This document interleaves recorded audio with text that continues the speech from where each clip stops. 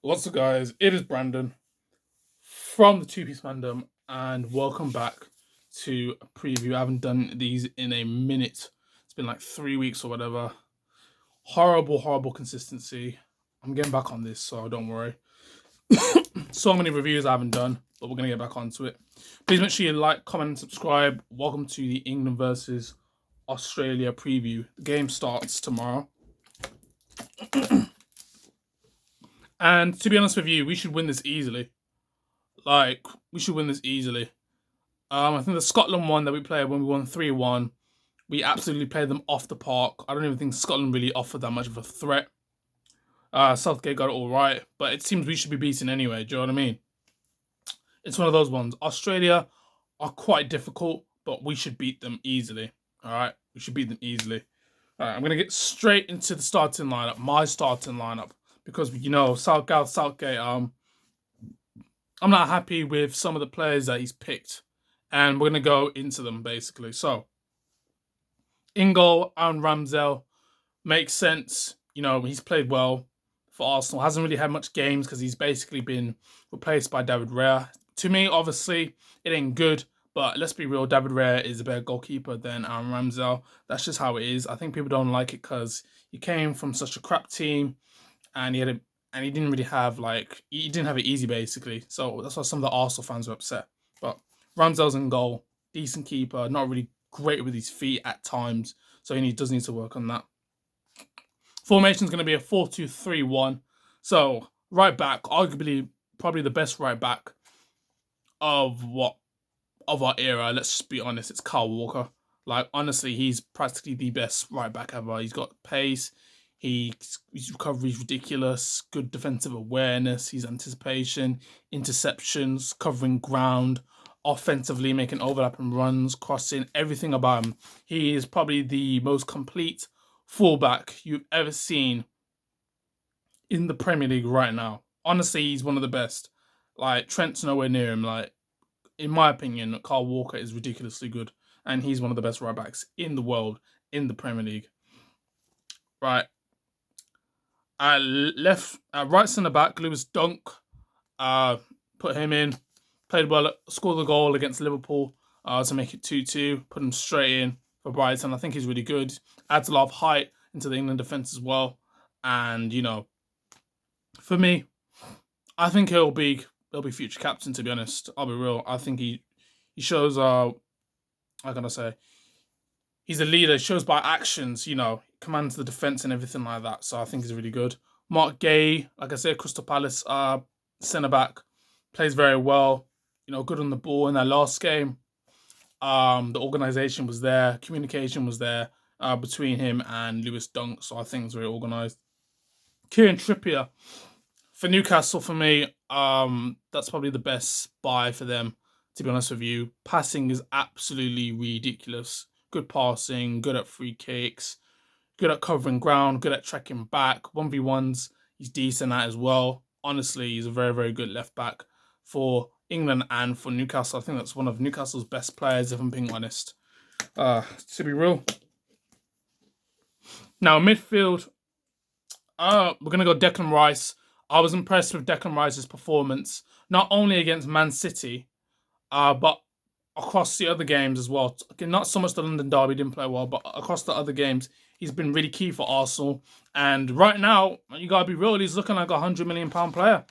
I'll be real, he's doing his job, commanding the midfield, winning tackles, winning interceptions. I even saw a point where Arsenal were on the ball, they lost the ball, and Declan Rice just recovered it back. And that's why he's there, that's his job, and he's doing it really well. So, big up Declan Rice, honestly. And I know people are going to say in that Man City game that they didn't have De Bruyne, they didn't have Rodri. Well, guess what, people, right? You can only play who you're against. So whatever Man City put out, that's all you can play. Arsenal didn't put De Bruyne out. It's not Arsenal's fault that Rodri, got himself sent off or anything like that. That's just how it is, and Rice played brilliant. So I'll give players their flowers. Next to him, I put Conor Gallagher. Now, in the last game, Southgate had Calvin Phillips. Well, Calvin Phillips has not played a game for Man City Really, he's just been on the bench. Hasn't been on any sort of form, and this is what kind of pisses me off about this manager because he just chats so much rubbish and it's so biased. He said that he will pick players based on form, right? And he clearly doesn't watch football because this guy still has Harry Maguire in his team.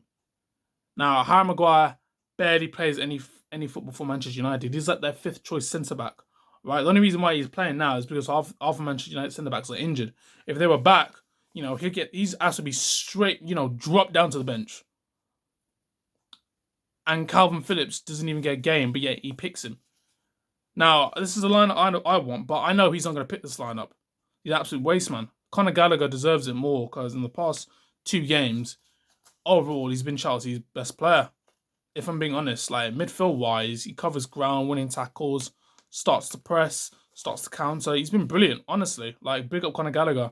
And I see why he's been given the captain's armband because he leads by example. He's been Chelsea through and through. When I saw him at Palace, he played really well. And when I saw him how good he was at Palace, I was like, yeah, we have to keep him. Like, genuinely, like, he's played so well. Like, it's ridiculous. So big up Conor Gallagher, honestly. He deserves it. He deserves his start. Midfield-wise, I would play Bukayo Saka. No, we're going to start on the left, and I'll put Phil Foden in there. Yes, I dropped Marcus Rashford.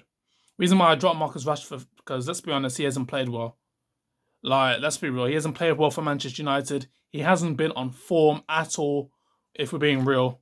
Okay? Manchester United haven't had a great start at all. They've had some dodgy starts. Yes, they won their last game, but let's be real. It was just complete luck.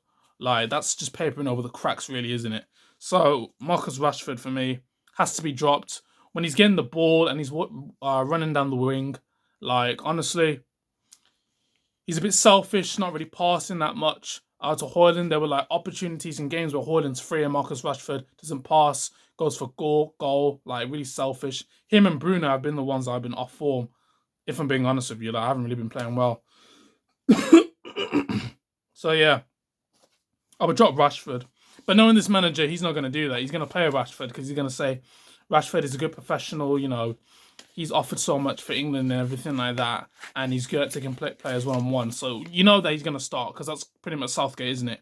Southgate has his favourites, but remember what he said. He picks players on form. Yeah, he picks players on form, yeah?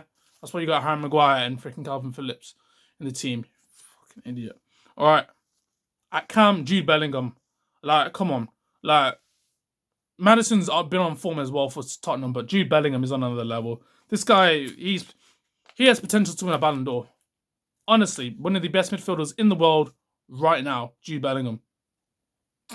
Manchester centre midfielder, and he scored like, 10 goals already? At the age of 19. Do you know how crazy that is? Playing for Real Madrid at the age of 19. That's crazy. He's already doing bits at 19. That's unheard of. Usually you see like English players, those players like Beckham, going to Real Madrid in like their 20s. Man hasn't even hit 20 yet. He's only 19 years of age. That's insane. Unbelievable. Honestly. Unbelievable. Big up Jude Bellingham, man. And he scored in the game against Scotland and assisted. So, he starts. On the right wing, Bukayo Saka. Now, I know Bukayo Saka's got a little bit of a knock. He didn't play in the Man City game, but guess what? Arsenal still won. They won, and that was due to Martinelli. So, big him up. Obviously, I believe Arsenal is key. Saka is key to Arsenal, and Arsenal need him badly. But if I'm being honest with you, they need a backup because they can't keep playing this man every single game. Like, they need a backup winger. But for me, Bukayo Saka's been an Arsenal star boy. Really has. He burns up fullbacks like it's nothing. Constantly causing problems. Can score. Can assist. Honestly, for me, he's one of the best wingers in the Premier League right now. If we're being honest, like, we have to be real. He's the best right winger in the Premier League right now. He's tearing up the scene, taking on fullbacks, getting past them, causing problems, creating space for other players to run into, similar to what Jack Grealish does in terms of making space because he drags players towards him. Like, honestly, amazing player. I don't care what anyone says. Up front for me has to be Harry Kane. Like, Harry Kane, goal machine, banging in goals for Bayern as well. Honestly, big up Harry Kane. Like, he's doing bits for Bayern, honestly. And the way he scored against Manchester United as well, and his movement, link-up play, everything. We all know Harry Kane, man. Like, come on, he has to start. So yeah, that'd be my lineup against Australia. My score prediction for the game. We should beat them easily, really. Like, let's be honest. We should beat them 3-0. Like, come on. These are the type of teams that we just gotta dominate. Alright, do you know what I mean? Top teams like France and Spain and Italy and them, man, there, yeah. Let's be real, we're not gonna dominate them, but we should beat them. But Australia, like, come on, who are Australia really? Like, who have they got? One Aaron Moy or something like that. Like, who's really good in Australia, really? Like, come on. We should beat them 3-0. 3-0 England. Alright, if you guys enjoyed this video, please make sure to leave a like. Don't forget to click the subscribe button as well. More reviews will be coming on the way. I might do a review on the card, on the Misfits card. The Prime card, as it's called. KSI versus Tommy Fury. Dylan Dennis versus Logan Paul. Might do a review on that. Leave your comments down below what your lineups would be. In a bit. And peace.